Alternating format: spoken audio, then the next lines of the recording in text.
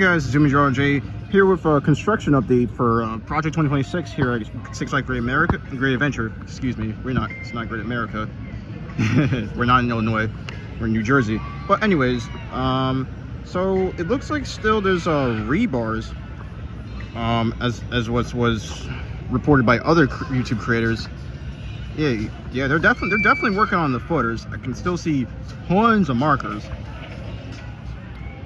And I guess they have some guys patrolling the area, but yeah, it looks like it's not like a construction day, but yeah, this is what's going on so far.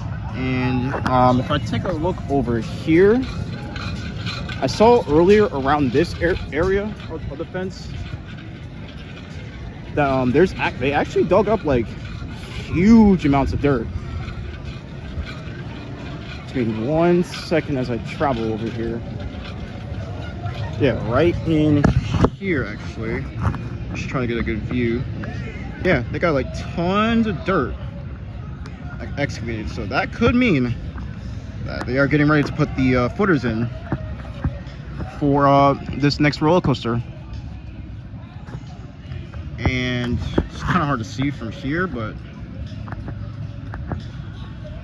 yeah, there's an excavator on the top right here of the screen.